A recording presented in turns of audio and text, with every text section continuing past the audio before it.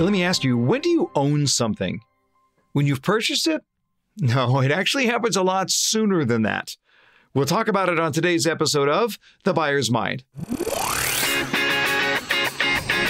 Welcome to The Buyer's Mind, where we take a closer look deep inside your customer's decision-making mechanism to reverse engineer the perfect sales presentation. Now, please welcome your host, Jeff Shore. Greetings, everyone. Jeff Shore here, your host of The Buyer's Mind, where we investigate the way that our customers think, the way that they make purchase decisions, because at the end of the day, we want to make it easy for them to do just that. And today, we're going to talk about a really interesting concept called psychological ownership. And we're going to think about it both from the perspective of our customers, but it might be helpful for you to think about it as what this means to you. What does psychological ownership look like to you? So to get us started, let's talk to our show producer, Paul Murphy. Murph, we're going to talk today about psychological ownership. Think of the last time that you test drove a car. At what point did you know you were going to buy it? Well, that is a great question. When did I think I was actually going to buy it? The minute the engine turned over and that thing purred, you fell in love with it, and it was pretty hard to not say, I want this. Right? Yeah, absolutely. And that is the way it works. There's an emotional connection to it, where there's an, oh yeah, moment about that. And this is what happens. The fact is that we know in our gut before we acknowledge in our head. Paco Underhill, when he wrote Why We Buy many years ago, he said, we own something when we try it on, or hold it in our hand, or drive it, or put it in our mouth. Paying for it is a mere formality. It's a great quote. So here's the question.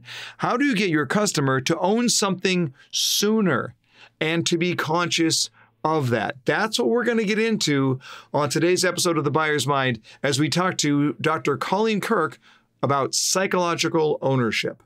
Well, as you know, here on The Buyer's Mind, we're always thrilled to bring on the people who are doing the hard part behind the scenes, trying to figure out how do customers think, how do our consumers make decisions, and then we bring them onto the podcast to be able to bring clarity and applicability to that. And so I'm thrilled today to have Dr. Colleen Kirk from the New York Institute of Technology. Her research centers around consumer behavior, especially in the areas of psychological ownership, emotions, decision-making, all the things we love to talk about here on the Buyer's Mind. She is an accomplished researcher, written up in journal after journal after journal. Just an extensive background in product management, marketing, sales. She knows it all, and I think you're going to love this conversation. Dr. Kirk, welcome to the Buyer's Mind. Thank you very much, Jeff. I really appreciate it. Although beyond that introduction, I don't know what I'm going to be able to. No. We'll have some fun. And you're joining us from New York today? Yes, I am. Whereabouts in New York? So our headquarters we have a campus in New York City in Manhattan, and we have a campus on Long Island, and I'm based in Manhattan. Love it. Okay, so before we get into the core topic, we have to settle a conversation that Murph and I were having offline. Why are the bagels so good in New York? What is that? Somebody once told me that it's because New York has really, really good water. Is that the secret? Well, the interesting thing, that is in my family, that's our general consensus, because I live in Croton-on-Hudson, New York. It's a little town on the Hudson River, about 30 miles north of New York. And we supply the water for New York City, and we have fantastic bagels here in Croton. So that's our conclusion. We would agree that it's the water. Let's go with that. All right. Now I got a hankering. I'm going to have to hop on a plane and head to Manhattan here. So tell us about your interest in consumer behavior. How did that start? It's such a fascinating business. And once you start to unpeel it just a little bit, it's really easy to dive a couple miles deep into it. Where did your interest originate when it comes to consumer behavior? Well, it is kind of a roundabout way. My professional background is in marketing and sales in the computer industry. I won't tell you how long ago. But I worked for many, many years in product management and in sales in the computer business. And so it was mostly B2B marketing and sales. And when my kids went off to high school. I went back to school and got my doctorate in marketing.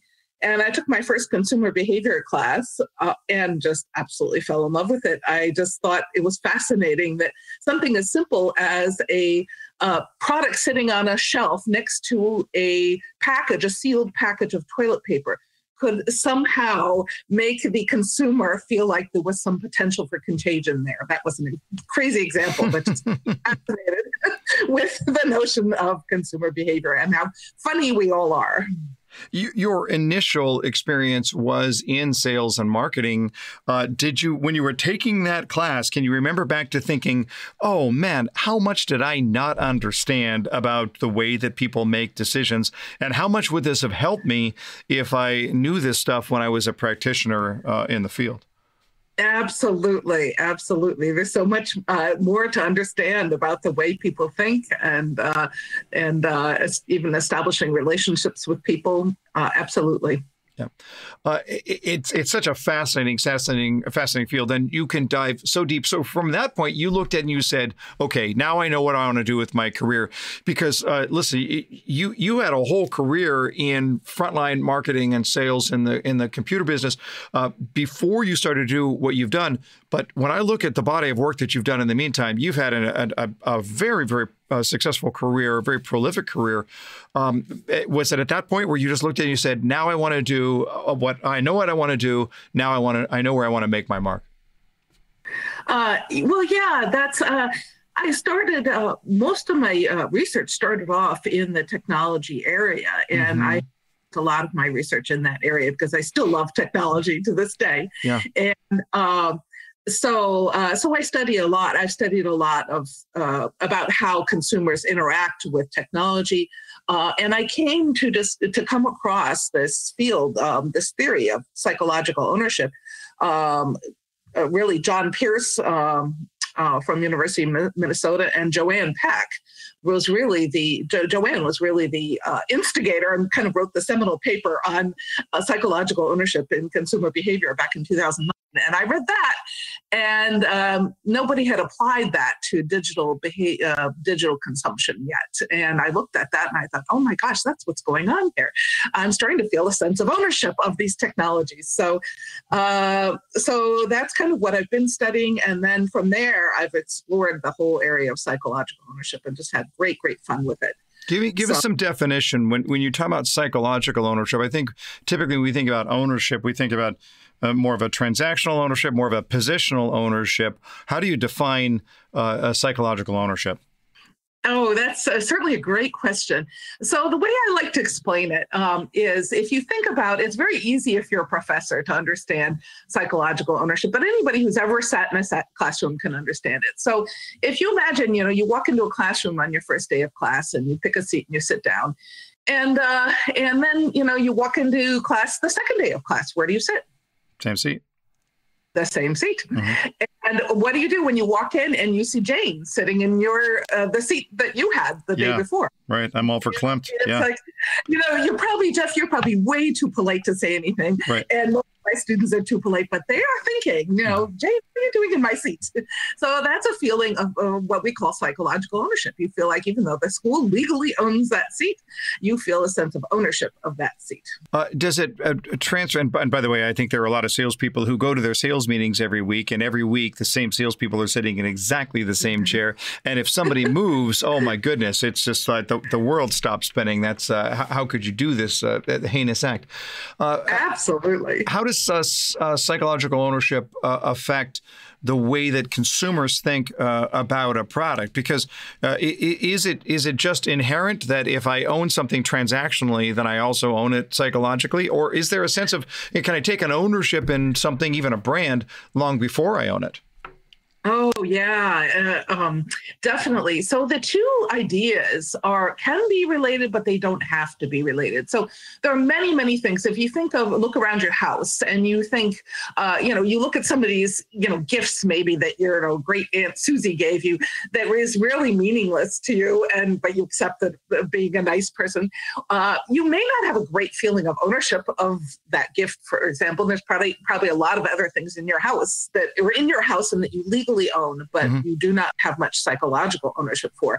Contrast that with some purchase where you really spent a long time making decisions. You did a lot of research on it, and you really developed a real feeling like you know this product better than anyone else. Or you might have customized it, for example.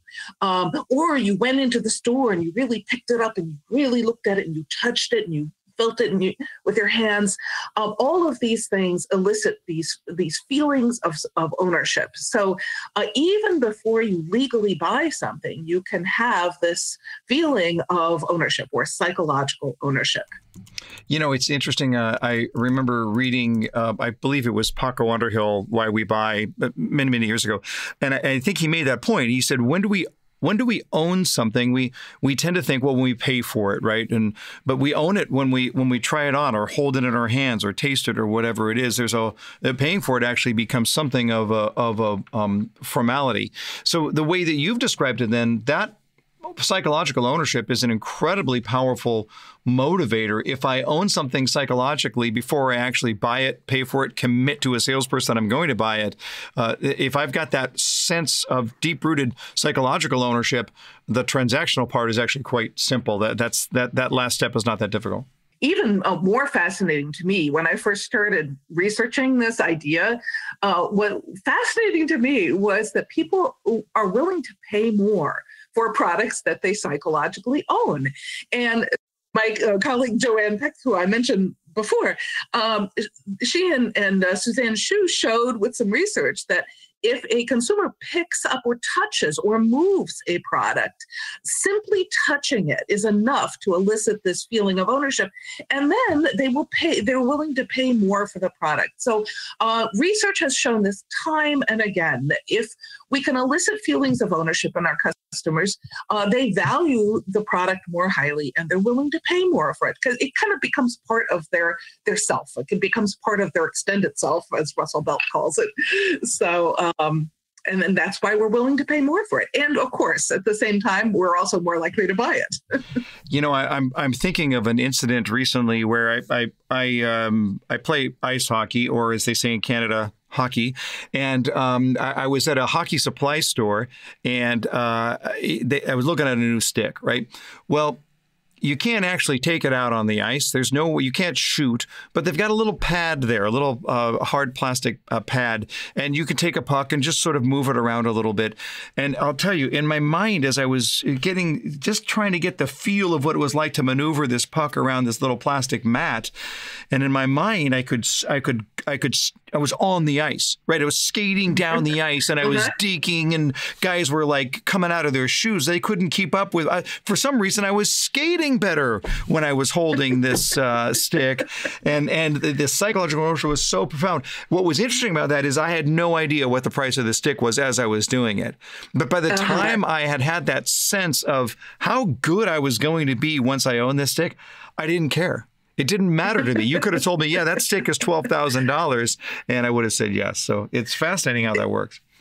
It was already part of you. Yeah. Now, how much of what we're talking about when we look at psychological ownership is just based on the emotion, the core emotion that a customer feels? Because I know you've dealt a lot of this, those aspects of how emotion affects a consumer purchase decision.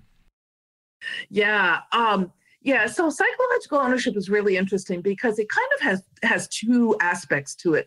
There's an emotional aspect as well as, we call it, a cognitive aspect, something you believe or think about. And so the emotional aspect is related to this feeling that something becomes part of your extended self. And you often don't even realize that you have psychological ownership until somebody comes along and tries to claim ownership from you. Then all of a sudden you're very aware of your feelings. Yeah. So that emotion, when I'm a consumer and I'm in that process, this is one of the things that I think Daniel Kahneman points out so well, that just so you know, on the Buyer's Mind, we have to have one Daniel Kahneman reference in every episode. But Daniel Kahneman points out so well, the idea is that we're under this illusion that we really understand our decision-making process. And because so much of this is based out of the emotion, and the emotion doesn't really have a mind to it, it's a something that we experience more than think through. But do you think that that consumers are I mean, delusional sounds like a pejorative, but they think that they're making a logical choice when in reality it's far more emotional than most people give themselves credit for? Yes, absolutely. And in some ways, to me, it's part of the joy of being human, that we're much more complicated than a simple mechanical decision-making tool might purport to, conceive of us as. I love that take, though. That it's part of the joy of being human, right? People do love to buy. They do love that acquisition of something new and bright and shiny, and it's going to improve my life in some way. And you're right. The person who would make an entirely logical decision probably won't make a great decision in the first place, but surely they won't enjoy it as much.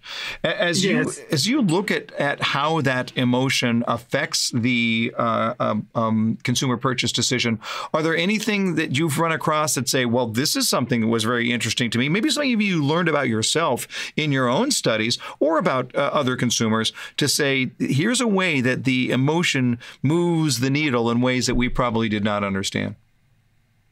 Well, most fascinating to me recently has been the work that I've done with Joanne Pack, whom I mentioned, and my other colleague, Scott Swain. We've done some research on consumers' territorial responses. Yeah.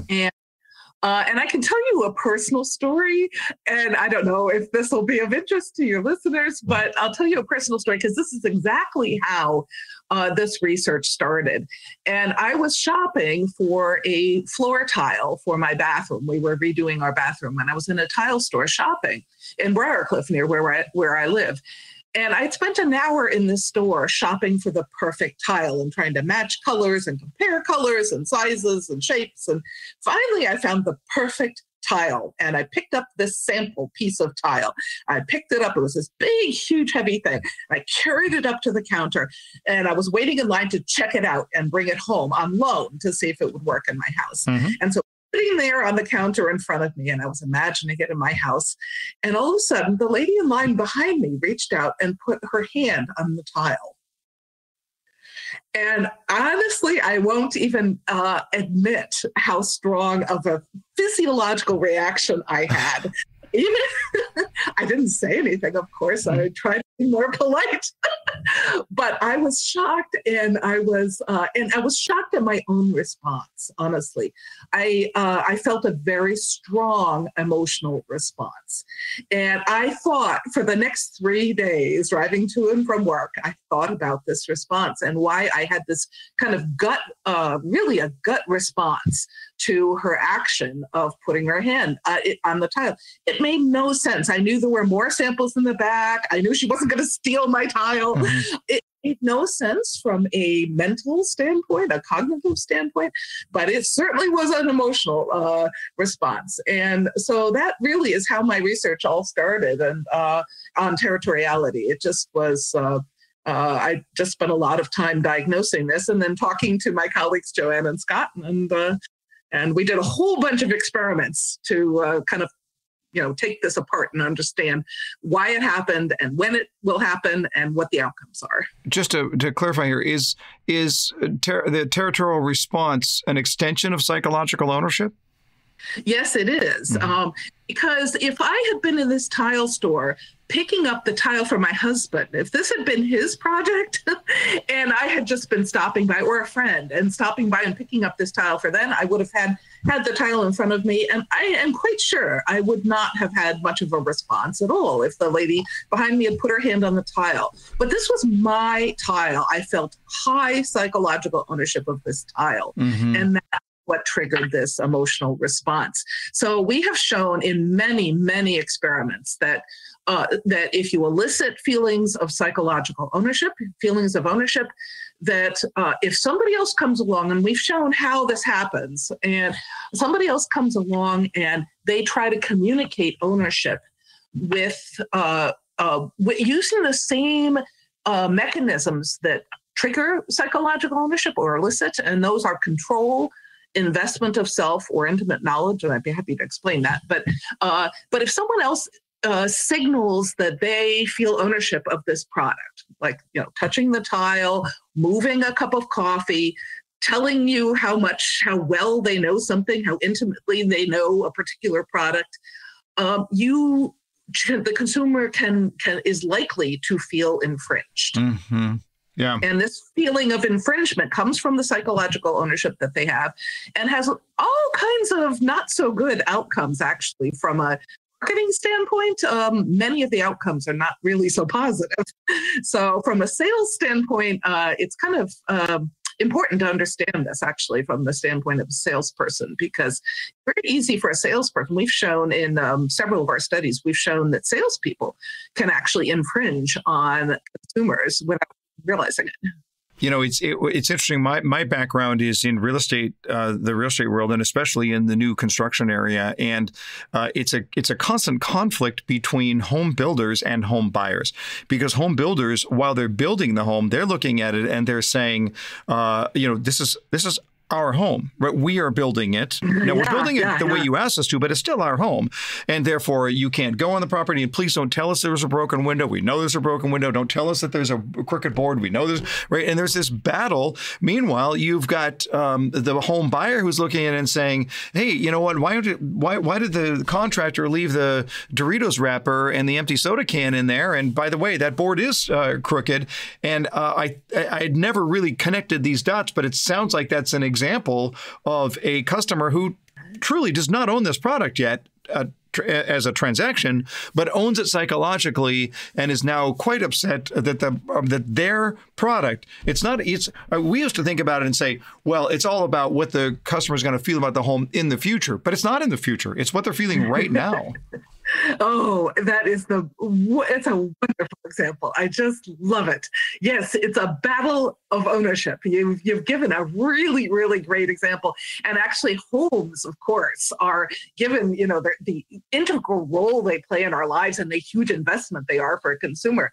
They would be kind of targets of a great deal of psychological ownership. So I love that example. Yeah. This is really interesting, because for you go through these experiences in your life, and then you say, all right, I'm going to open up a research project on that.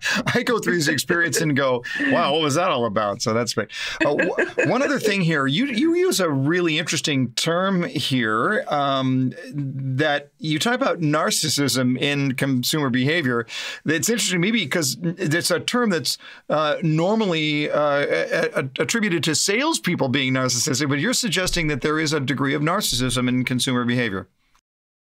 Oh, yes. That's actually been really interesting also, because narcissists, actually, their possessions are really important to them, because people who are high in narcissism use their possessions to signal superiority to other people.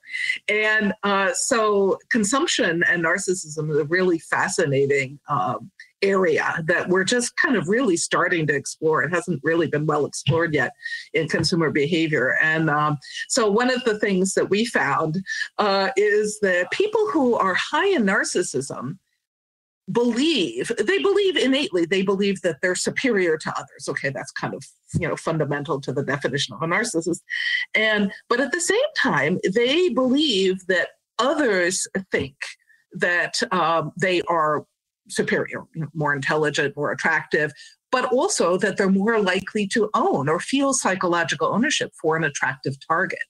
And so as a result, they get infringed more easily. So if there's, for example, we did an experiment where we had consumers who were at a pizza stand, okay, and this was a very special pizza, and they felt a great deal of ownership for this very special pizza. And a stranger came up and said to them, oh, I know this pizza really well. I call it Antonio. And so, consumers that are low in narcissism were like, okay, this person's a little odd, eccentric, but he was just telling me how much he likes the pizza. The people who are high in narcissism absolutely were off the scale in infringement and thought this person was out of his mind and hallucinating. And how could he feel ownership for my pizza? Yeah. But that's part of that, though, is like it's like brand ownership, right? There's a psychological ownership to a brand that I might take. So if I tell you that when I'm in New York, there is a falafel stand on 46th and 6th, just a few blocks up from the Bryant Park, and you're going to get the best falafel in town from Moshe's Falafel Stand. There's no question. Now you're going to come back and say, "Are you kidding me? No. That's pedestrian. You want to go to this place over here." You and I are going to have a little battle. I assume that battle is over our sense of psychological ownership, even over a brand. Oh yeah, definitely.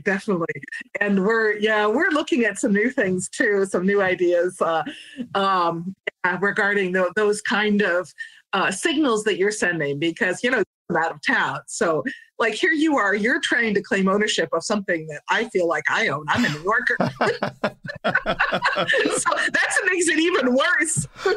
I'm sure it does. Here it is. The California guy is trying to tell you what a good falafel sandwich is going to be like. But I'm just telling you right now, Moshe's, it's a food truck on the corner of 46 and 6. They've never let me down. So there you go. So fascinating. Glad to know about it, Yeah, there you go. So fascinating. Hey, before we let you go, we always do this. We're going to put you on the hot seat real quick. Rapid fire questions, rapid fire answers coming at you out of right field. Are you ready? Sure. Here we go. Your very first job was what? With Texas Instruments. I was an international product manager. Cool. When you were 10, you thought you would be what? I thought I would be an astronaut. I thought I would be the world's first female astronaut. Love it. The most beautiful place you've ever stood? Maybe I would say the top of the Beekman Tower on this is really right off the bat, but on 51st and First Avenue, where my now husband took me for our first date. That's great. On my first visit to him in New York City. I have to tell you, that's only 8 blocks away from a really good falafel stand. Never mind, we won't get there. All right. Any book that you've read that's made a profound impact on your life? Well, there's so many. I know. It's a tough one. Yeah. One that just comes right to mind immediately is, I just read it, is the book Educated by Tara Westover, I think is her last name. But it's a fascinating story of a young woman who really had no education at all. Yeah. Ended up getting her PhD from Cambridge. So very inspiring book. Love it. Last question. The name of your first celebrity crush? First celebrity crush. Oh, I'm going to be dating myself. Well, I could do it too. I most people don't even remember Elizabeth Montgomery on Bewitched when I answer this question. So yeah. I'm going to risk sounding totally nerdy, but I'm going to say I'm a violinist, and I'm going to say Yitzhak Perlman. That's awesome. That's one of the best answers I've ever heard to that question. All right, you're off the hot seat. Great job, Dr. Colleen Kirk. That was really, really fantastic. And part of it because it is such a fascinating topic that you brought to us today. But I think the other part of it is you can hear the passion in your voice, and I resonate with that. I think we gravitate towards people who are doing what they love and making a huge difference. That sounds to me like the definition of success. So thank you so much for what you brought to us today. Really appreciate it. Oh, it's been really a pleasure, Jeff. Thank you. All right. Well, Murph, Colleen Kirk, she's right up our alley, right? That's the type of guest we love to have on The Buyer's Mind.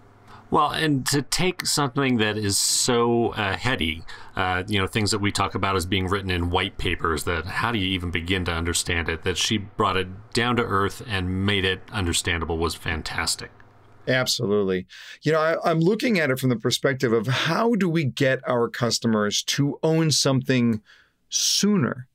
And then to be conscious of that, right? That's really what we're looking at. If it's about psychological ownership, it's not about the moment that they say yes or sign a contract or hand us our credit card. It's really about when they, in their mind, look at it and go, Want.